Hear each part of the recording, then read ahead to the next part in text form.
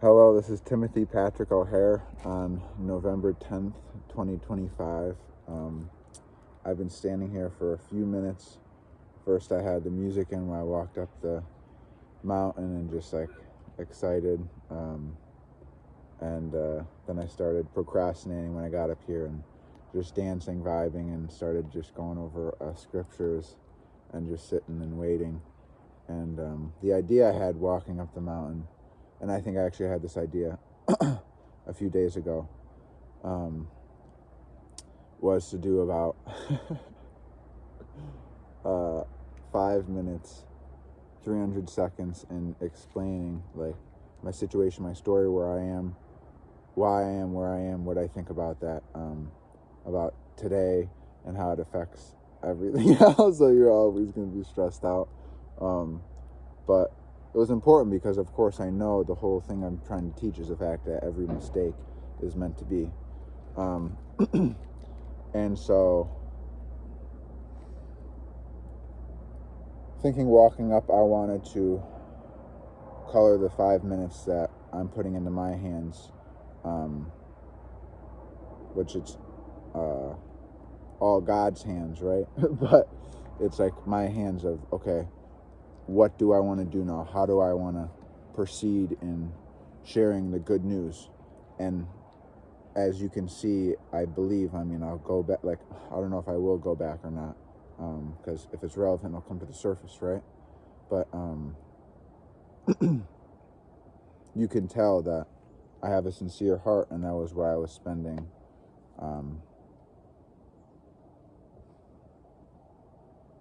a lot of time doing, because I had super ultra faith in God. It's not about that. It's about, how do I know if I'm doing this all for an ego trip, my own desire to live forever, which is incredibly logical and understandable and healthy. I believe that's my momentary judgment. I don't want to judge other people for not agreeing with that. But obviously, if you are feeling good, we all know this ever since you're a child. Just the experience of life, colors. And I was just thinking, color, I love it. It stimulates me. Red's my favorite color, and it's just so beautiful and life-giving and brightening. But I love so beautiful. Peter Hyatt, God has used him so much to give me incredible peace of mind about talking about how it's not okay to be blind, where he just literally in his last Sunday service, he has people do patty cake at his service, and he's doing the joke of, listen to what your pastor says, accept authority, or I don't think he went that far, but just jokingly. And then he shows how if you're doing patty cake, if you're doing something that involves better precision by seeing, and not just feeling, not just hearing, not just smelling and tasting, it's a handicap, and it's not okay, and it's very sad. And so, but it's also beautiful to see. And the other aspect, he was talking about first time I think it was one of the first times they had cataract surgery, and they successfully did it, and there was 70 patients who were blind their whole life. They give them vision, and then once they have the vision, a lot of people, I shouldn't say a lot, and I shouldn't laugh too much about this, but it's so beautiful because it's so relatable for everything in our life. It was so overwhelming, overbearing, that they decided to go back to being blind, instead of being able to see, which for years, most of my life, I've always thought seeing is my favorite experience of life. It's so beautiful, it's so miraculous and incredible, just everything we experience in life. So now that the video is at 4 minutes and 20 seconds, I'm going to alter to, I kind of skipped over, feeling is kind of all of the above, right? Physical feeling is a different story, and I really love to complain about my knees, and so funny, I like to blame the shoes that I got, but I knew at the time I shouldn't be using these shoes because they're not basketball shoes. But I felt good at the moment. I was doing better in that moment, so I just didn't necessarily pull back. So let's hopefully try to think from a little more clear of a perspective, looking back at, okay, how I explain things, and now how you think a loving father or mother, a loving parental leader would guide you in those situations, because that's how we want to look at things, because why would we want to just be stuck in our own perspective, not listening to the wise people in our life who have not experienced exactly what we've experienced, but they've experienced the same exact drives and emotions in many ways, even if it isn't the same substances or the same exact scenarios. It's very incredibly relatable, and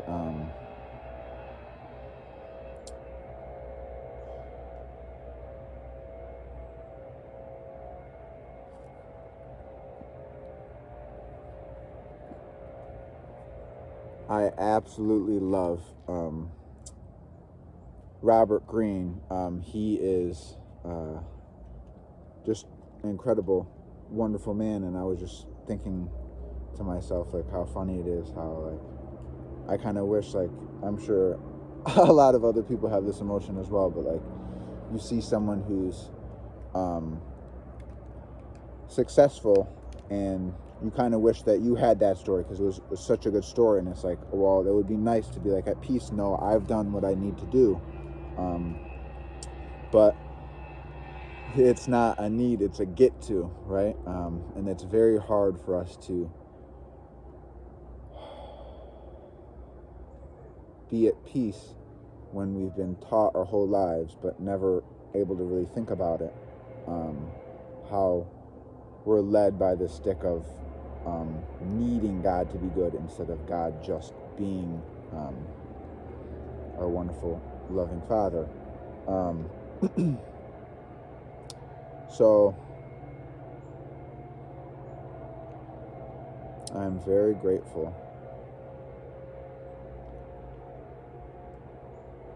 And here I'm already questioning if I am grateful, but I know I am grateful for every breath, every feeling, every drive, every desire, every hope, every dream, and even the bad ones. And I'm scared, like, I don't want this to be the case, but, like, I do know that it's obviously, we all want it to be the case, looking back, for it to have been a reason why things happen. And it's so beautiful, because the more we try to control our life, the more chaotic and messy it's going to be than if we just open our heart to the fact that God's always with us, guiding us, and loving us and directing us. Then obviously I know that will lead to a much more peaceful state of mind. So in that statement, I'm very grateful that I want to name this video Eternity is Always Now, because it is always now. We always think about it in the future, but the future is always now, and it's always going to seem like it's a little bit faster, because you have the ability to not overanalyze or overthink about things that you've already experienced. So you get to just expand your mind even more. And so it does feel like we have the possibility of being able to multitask, but that's up to our faith and God's blessing of what he's going to reveal, what he's going to show us in his time, in his way, what's best for us and what's best for everyone around us. And so for the last 15 seconds, what I really want to marry is, I understand I got really mad about, I really love this guy who wrote this book, Rabbi, Highly Unorthodox Gospel. He said a lot of Jews get on him for saying gospel. Why do you use the word gospel? But it's like, it's just a word. It's just a book. It just means good news. But it's just so absolutely fascinating how these words, like, yes, words in the Bible, but also other words, like, incredibly stimulate us, where it's even a super ultra deep subconscious thing. And I'm sure we're aware of it consciously as well, but it's like really driving us in our emotions. You can't control. You could become more aware of it, and you could become somewhat more in control if you give your control to the faith that God's loving us. And so now, see, this is where I'm getting to in the video, where it's like there's so much I'm talking about, and I I have these deep thoughts, and it's hard to express them when you feel most of life, and you're not always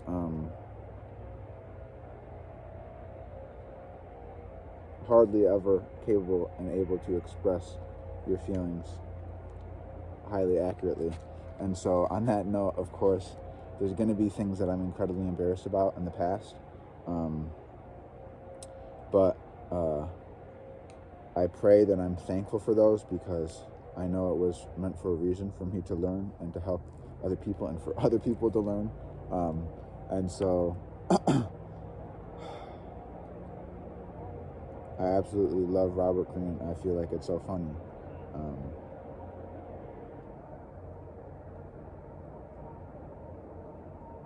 Jokingly, and maybe potentially incredibly seriously, almost every time I listen to Robert Greene, because I haven't heard his stuff in a long time, I've been completely focused on what I think is relevant and important, but obviously he shifted my thinking a lot in life, and he just always seems to really crucify me and just like really point out the it seems like a big cross to bear, but the little thing that you're just denying in the moment, in the reality of the situation, where he goes, you could kind of really see on someone's face if someone's a serious narcissist, because they'll this is not completely accurate quote, but they will laugh pretty incredibly selfishly is probably just how we should go with it, because like